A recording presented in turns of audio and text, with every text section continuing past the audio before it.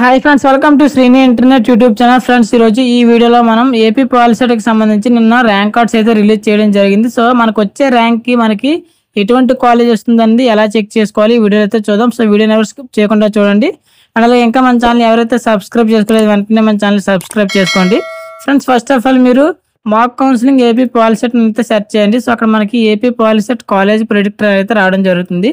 So దానిపైన అయితే click చేయండి. సో ఇక్కడ మనకి సెలెక్టర్ అండర్ గ్రాడ్ అని ఉంది. సో మీరు పాలిటెక్నిక్ చేస్తున్నారు కాబట్టి సో పాలిటెక్నిక్ అయితే సెలెక్ట్ చేయండి. అలాగే మీ యొక్క జెండర్, సో మేల్ అయితే మేల్, ఫీమేల్ అయితే ఫీమేల్. అలాగే సెలెక్ట్ కేటగిరీ, సో మీ యొక్క క్యాస్ట్ అయితే సెలెక్ట్ చేసుకోండి. స్ట్రీమ్ అనేది ఎంపీసీ పెట్టండి. అండ్ అలాగే రీజియన్ అనేది మీరు ఏయూకి అయితే ఏయూ పెట్టండి, ఎస్వియూ అయితే ఎస్వియూ పెట్టండి. సో అది మీ మీ ఒపీనియన్.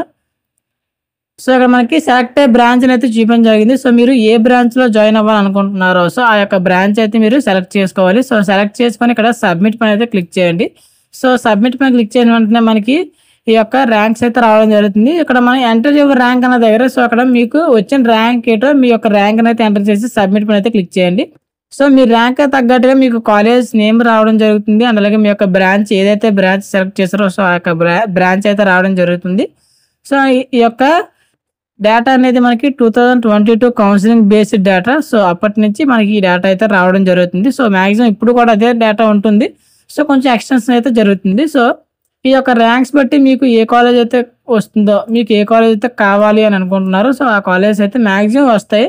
చాలా మందికి ర్యాంక్ వచ్చింది కానీ ఫ్రీ సీట్ వస్తుందా రాదని అయితే అడగడం కూడా జరిగింది. సో ఈ యొక్క పాలిసెట్ ఎగ్జామినేషన్ లో పాస్ అయ్యి ర్యాంక్ వచ్చిందంటే ఖచ్చితంగా మీకు ఈ యొక్క సీట్ అనేది అయితే ఖచ్చితంగా వస్తుంది. మీకు ఫీ రియంబర్స్మెంట్ కూడా ఉంటుంది. అది ఇన్కమ్ సర్టిఫికేట్ ఉన్న వాళ్ళకే.